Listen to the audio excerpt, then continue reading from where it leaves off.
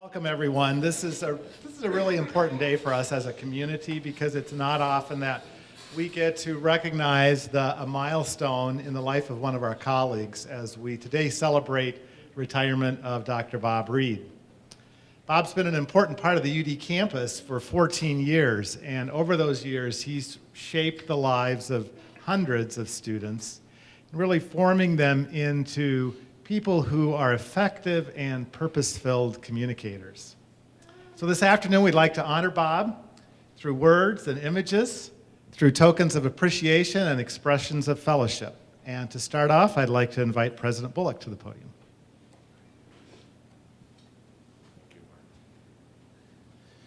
So I'm going to be the brief one, I think.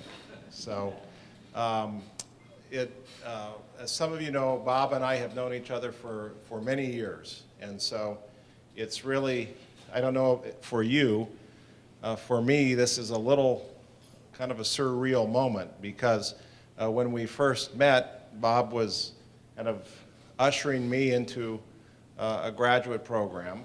And we became friends and colleagues at Washington together. And now I'm not really ushering him out, but that's sort of what's happening. So it's a little surreal.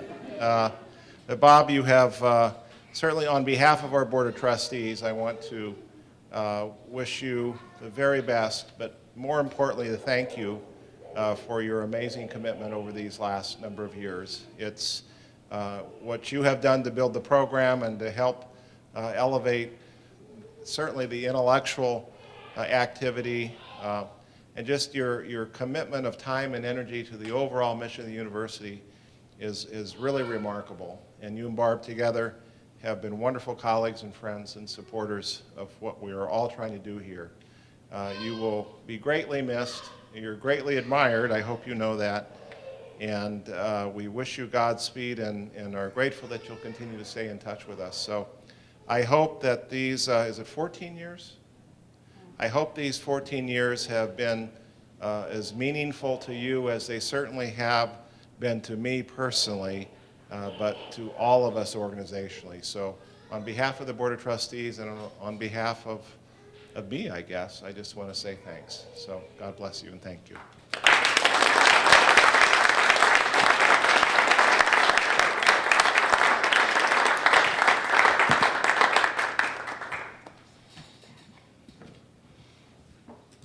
So a little bit about Bob. Bob earned the Bachelor of Arts degree from California State University, a Master's of Divinity from Fuller Theological Seminary, and a Master of Arts and a PhD in Communication from the University of Washington. He started his career serving Christ and the church as pastor to congregations in the American Baptist Church, USA, and he also served as scholar in residence at University Place Presbyterian Church in Tacoma, Washington. As you've already heard, Bob joined the University of Dubuque in 2000. He came as an assistant professor. In 2002, he was promoted to associate professor. In 2006, he was granted tenure, and in 2007 was promoted to professor. And during this time, he served as the head of the communication department and directed the Master of Arts in Communication program. Bob's a prolific author and a nationally known figure in homiletics. And here at UD, he holds the distinction of serving as an advisor to over 50 master's theses. And I think that's something that across higher education is a pretty significant achievement. One thing, Bob, that we will always take with us from your time here is your commitment to the intellectual development of students, and that's a model for all of us. And Bob, the Board of Trustees of the University of Dubuque issued a resolution that acknowledged the contributions I just summarized. And the trustees extend their sincere appreciation for your dedication and service to UD, and they offer your heartfelt prayers for many happy years in retirement. And here's just a token of that acknowledgement. Wow, thank you very much.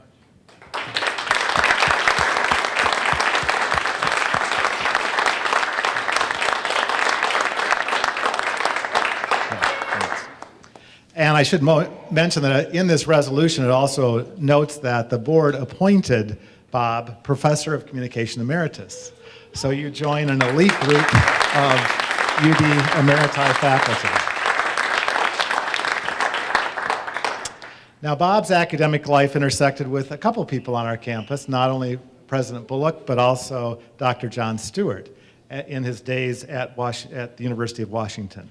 So, John, I invite you to come forward where we are to share a few reflections on Bob. Great, thank you. Well, the setting here is kind of interesting. It almost looks like this could be an opportunity for a roast, you know, as you sit here, and you're kind of wondering that you're going to get that sort of thing. Right? And then having two people who share the history that we do makes the possibilities even greater, but I don't think that's the direction that we're going to go. I'm honored to be able to be here. I was here part of the time, I was dean here part of the time that Bob served here, although he came a year before me, as Mark said, in 2000, and was one of the people who helped orient me to my position at the university.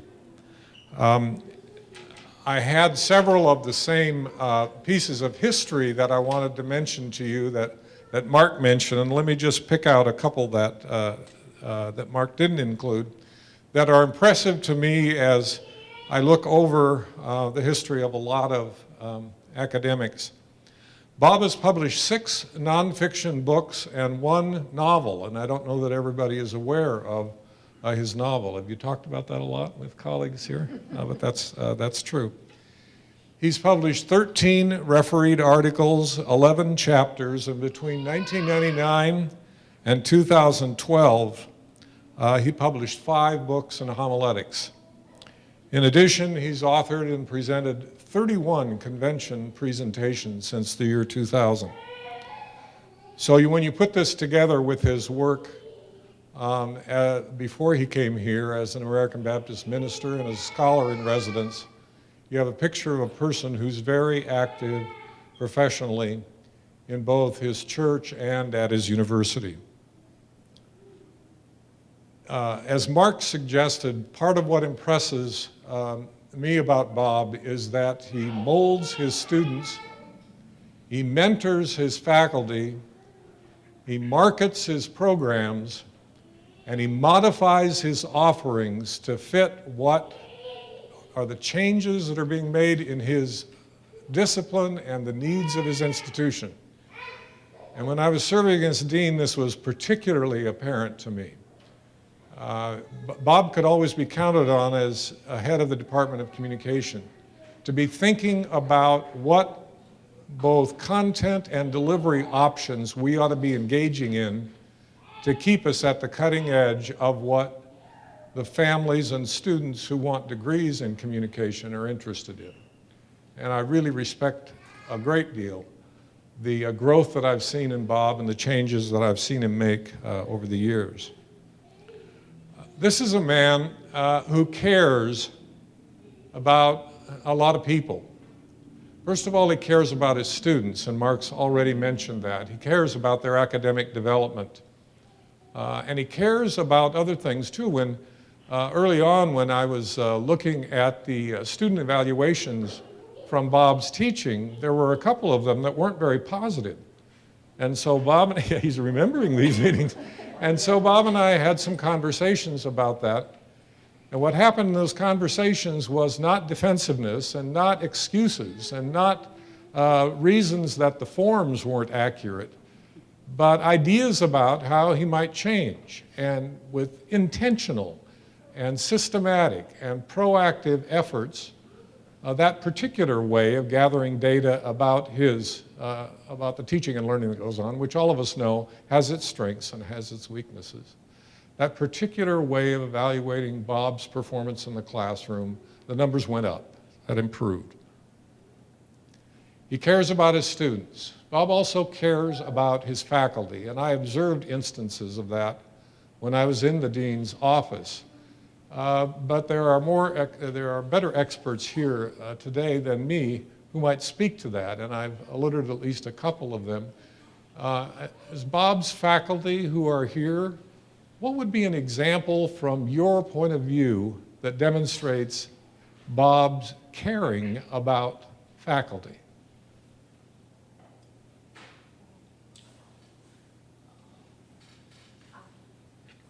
Yeah, Jen.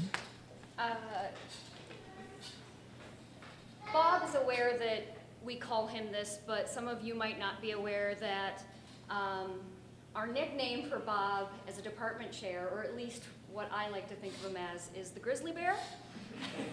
And by that I mean, and a specific instance being, at one point we were struggling with a number of our Com 101 sections, having more people put in them than we were comfortable with. And after speaking with Bob about this, there would be this glorious moment where he would stand up, grab a paper off his desk, charge out of his office, and fur was going to fly and class numbers were going to be capped, but you just knew he was going to take care of you as faculty members in his department. And I will greatly miss the grizzly bear. Thanks, Jen. I think that's a great example. Caring is a quality that's difficult to quantify, and it's not at all difficult to recognize and experience. Kim, did you have? The other side of Bob, too, is that he really cares. When we've had difficult students or difficult family lives, he's always been there, and he's always said, take care of you first. Thanks. Yep, I think that's true. And yeah, Franklin? And I clearly remember when I was on campus for my campus interview. There were points when I was basically a nervous wreck. And I clearly remember before we had lunch, Bob actually prayed for me. And that to me was very, very comforting. And from that moment, I knew that this is somebody I want to work for. And I'm really, really going to miss you and Barbara. Thank you. Besides caring about his students and caring about his faculty, Bob cares about this institution.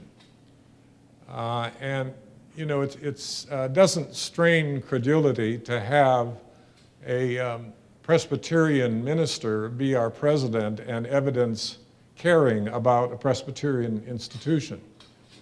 It might be a little bit more unusual to have a person who's dedicated a big chunk of his professional life to another Christian denomination to exhibit the same kind of caring about this institution that Bob's demonstrated.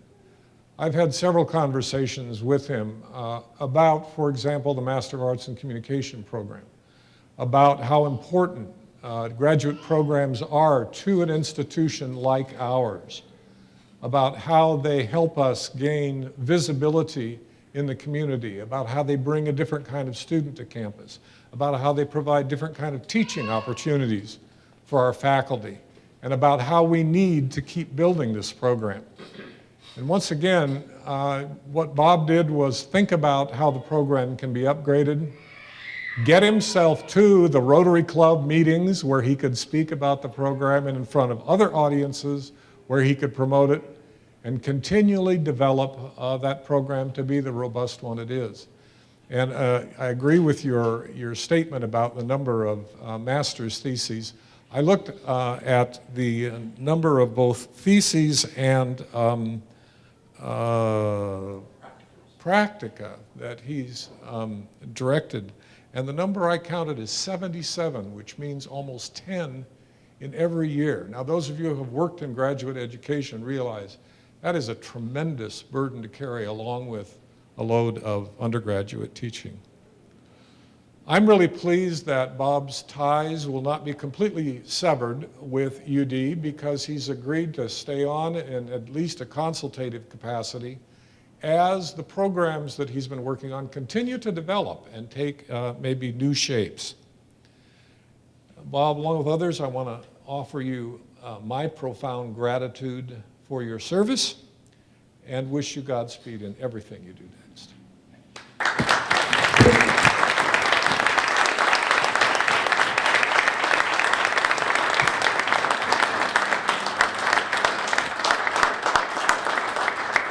I thank you all for coming out and for this time. I don't have a great deal of remarks prepared. I've been asked to do the last lecture, and it's public knowledge that I'm the commencement speaker.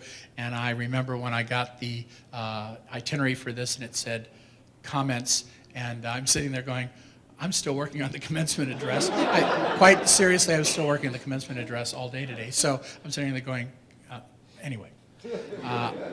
It has been a remarkable journey to be here for the last 14 years, and I have felt privileged to be here for a variety of reasons. I don't know that there are a lot of institutions where I would have been able to pursue the scholarly project that I did here that would have understood it and understood why it matters.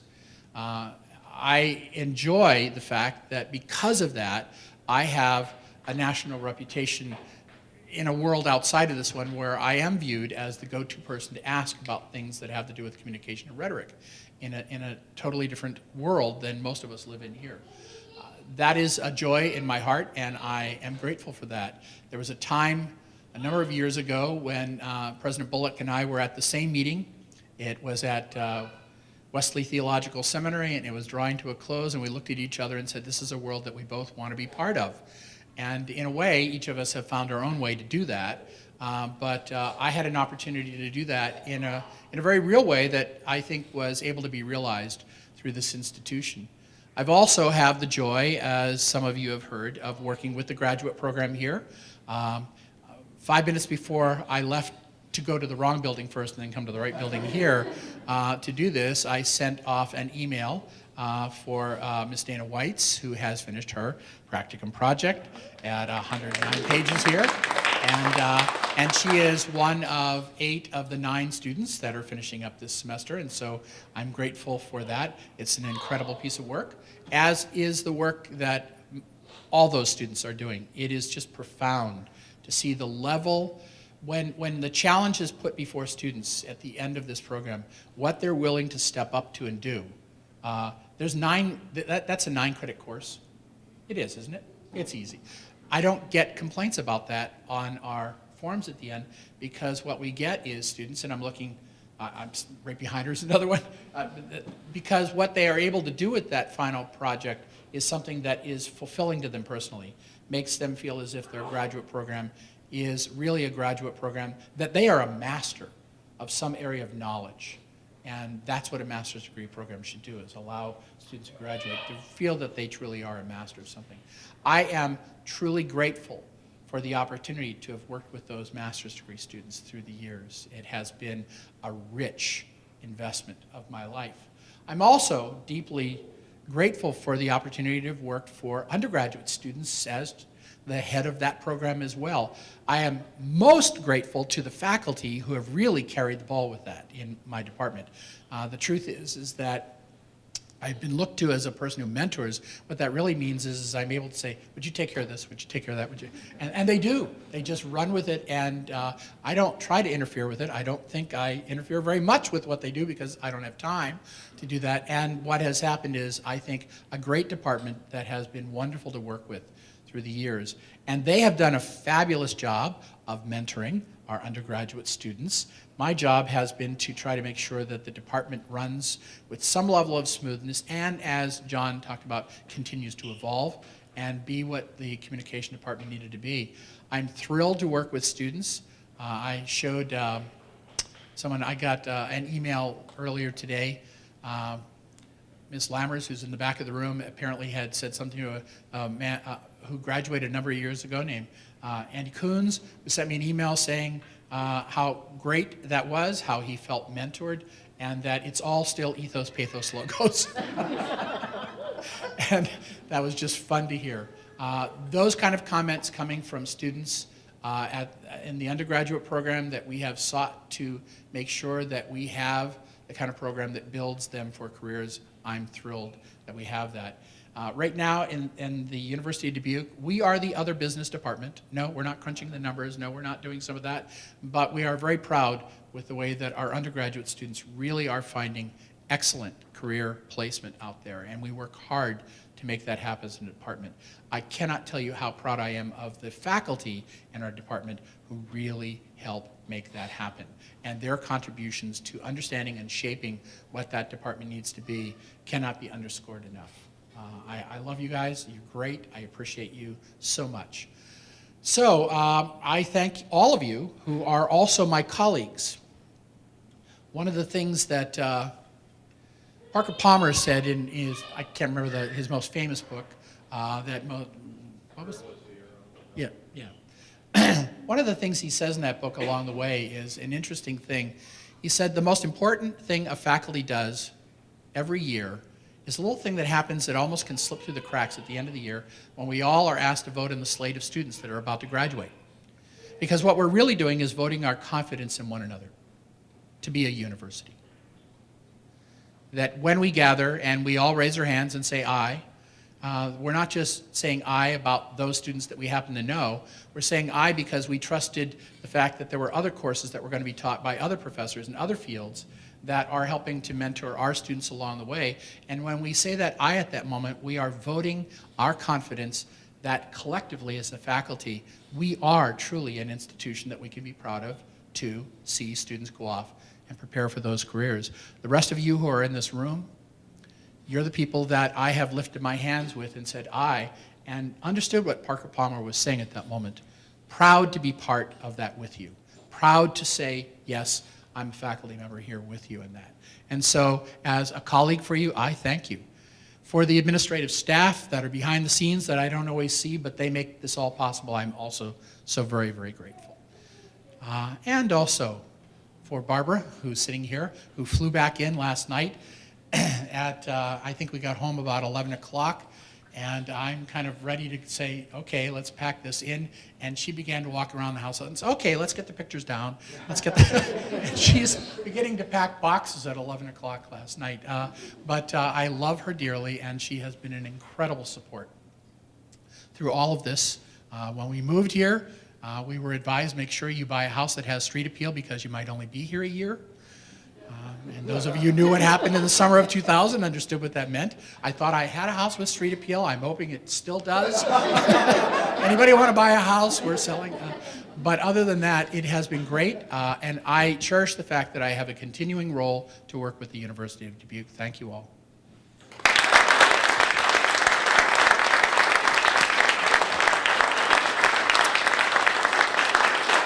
Okay, Bob, we have one more gift for you from your colleagues. I know that you got lots of extra room in that moving van, so we wanted to add to that. But anyway, what we'd like to give you is something so you can remember your time in Van Vliet Hall of your looking out that window right there. One with 3 windows. Yeah. And so for you and for Barb, what we want to do is send you off with our best wishes and blessings. So let me close with prayer, and then we'll enjoy a time of fellowship. Heavenly Father, we celebrate today the work you've been able to do through your servant, Bob Reid.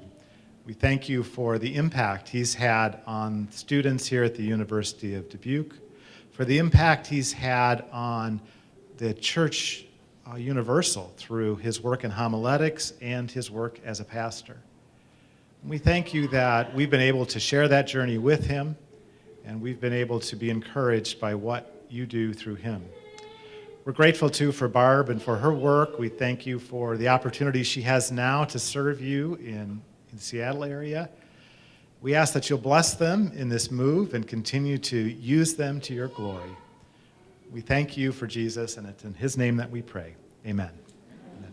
So invite you to a time of fellowship, and also you might want to check out a little video about Bob. I want to thank Alan Garfield for preparing that, and go in peace.